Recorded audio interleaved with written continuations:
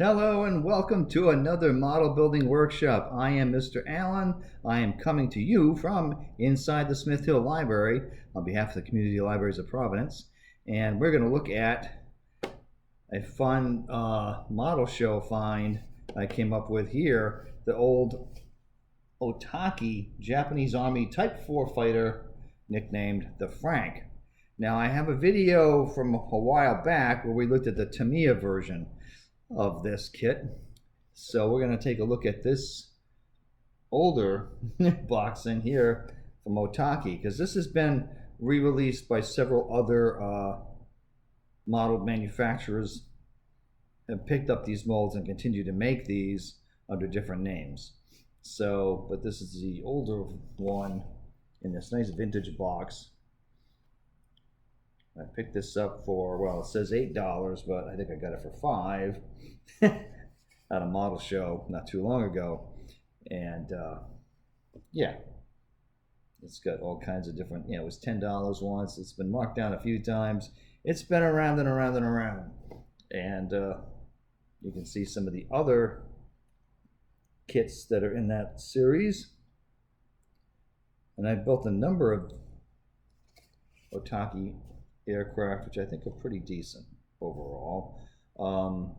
They're not up to Tamiya or Hasegawa standards, but they get you the shape of the aircraft. They look kind of cool. With some paint, you can make them look pretty interesting. The details are not, they're backdated by today's standards, let's put it that way. One thing I like about these is that they're fairly simple to put together, and when you're working with youth like I tend to here at the library, these aren't too bad to assemble. So I'm going to show you the instruction sheet here. I always find it interesting how Otaki starts out building their aircraft kits. They start by building the wings. Usually I'm used to seeing them go right for the engine or the cockpit, but this is, they do the wings and then they get into the cockpit details, which are very soft on this kit, to be honest. But if you go with a paintbrush, there's things you can do to really liven this up. It's hard to see that with the ink coming through the back of the page there. So there's not a whole lot to this kit, really. I think that's rather true of the Tamiya one as well. Though the landing gear is very basic on this craft versus like Tamiya or Hasegawa. But then, like I said, for kids, this isn't bad at all. You get a pretty cool looking airplane. Not too expensive.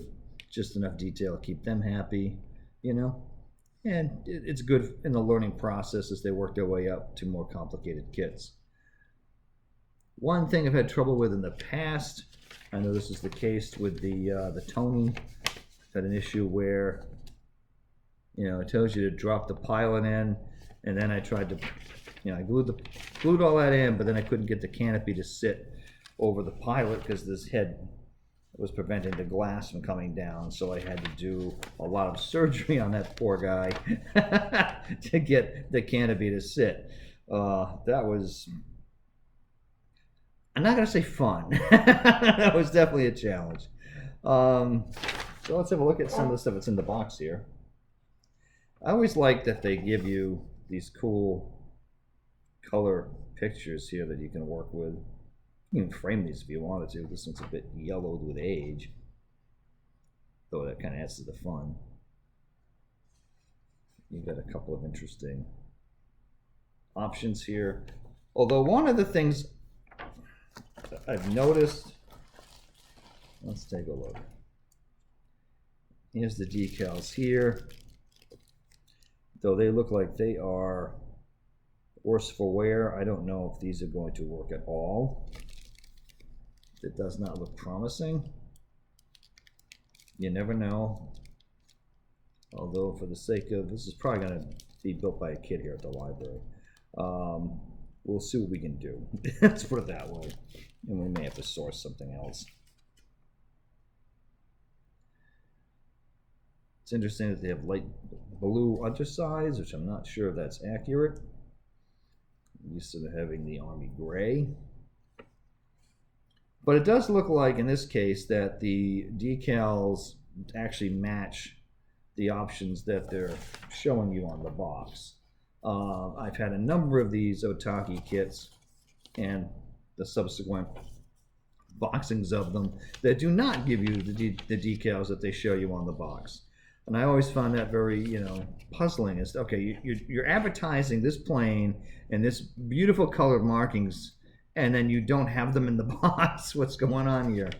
In some cases, I think it might just be that they're recycling the old Otaki pictures, not bothering to make a new cover art, and then giving you a completely different set of decals inside.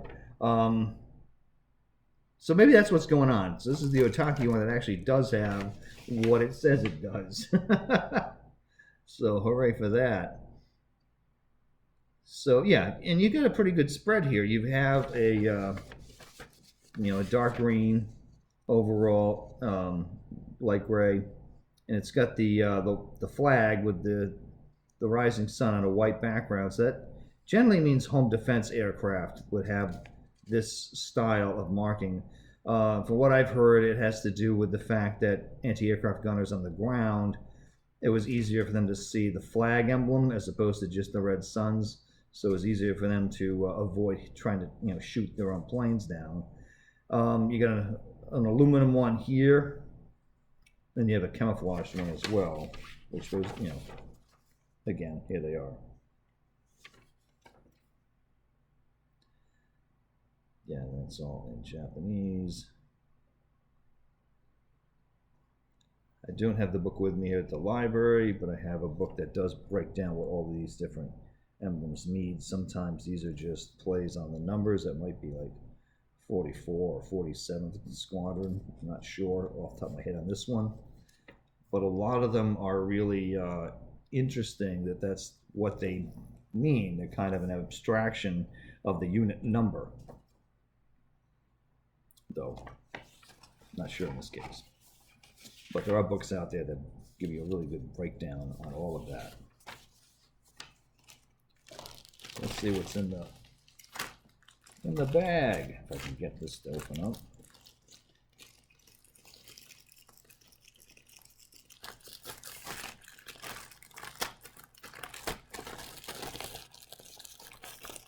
Sorry, trying to get this to... Probably should have prepared this before I started filming. That would have made sense, huh? Right, bear with me. We'll be right there.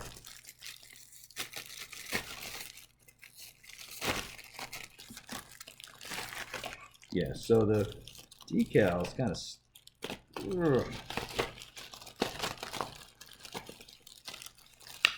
sticking to the cellophane. Yeah, I don't know if they're going to work or not. I'm going to guess no, but we'll find out when it comes time to put this together.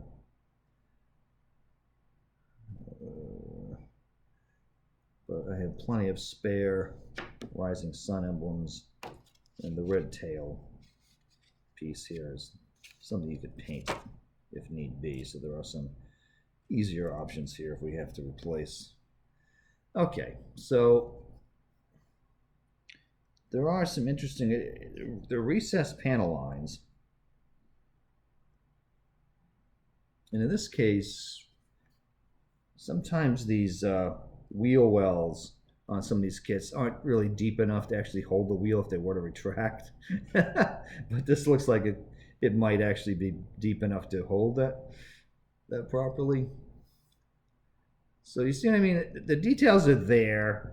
They're definitely not as sharp as more modern kits that are out there, but they're there.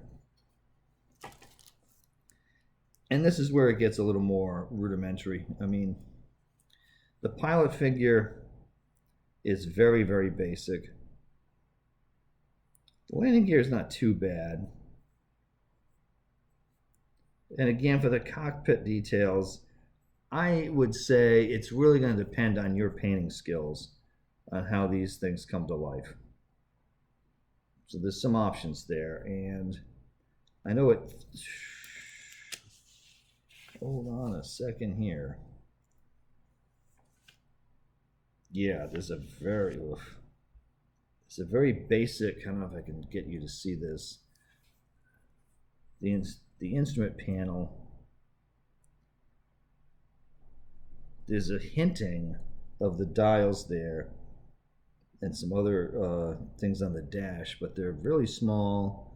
They're not really, it's like a hint of a stamp from the injection molding process. It just kind of, there's your detail, and that's about it.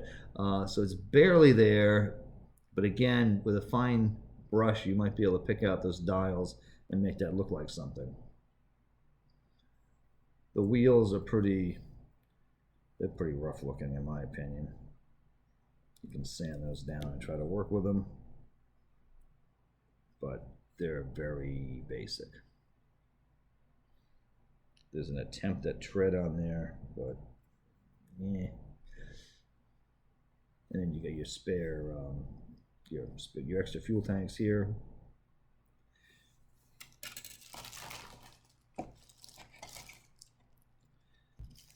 The old kits used to come with the little tubes of glue that have long since dried up. And there's some detail on the inside here of that cockpit, but it's not much.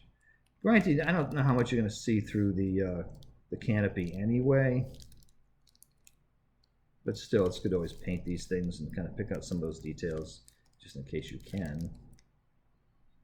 Yeah, a lot of recessed rivet holes and whatnot there. Engines are pretty run-of-the-mill. And then there's another instruction sheet here. Interesting that there's two of them, which looks exactly the same. Maybe one of these is a photocopy? No, I don't think so. Well, we just get a spare one in a sepia tone. Looks very nostalgic. So that's looking inside the box of an Otaki kit that's been sitting around a while. Looks like it could be a lot of fun still, though. And I tend to enjoy them. And I'm hoping I can find a youth that'll have a good time with this, because they're kind of fun. All right, that's today's model building workshop. And keep on building. Have some fun. All right, we'll talk to you soon. Keep on building. Bye.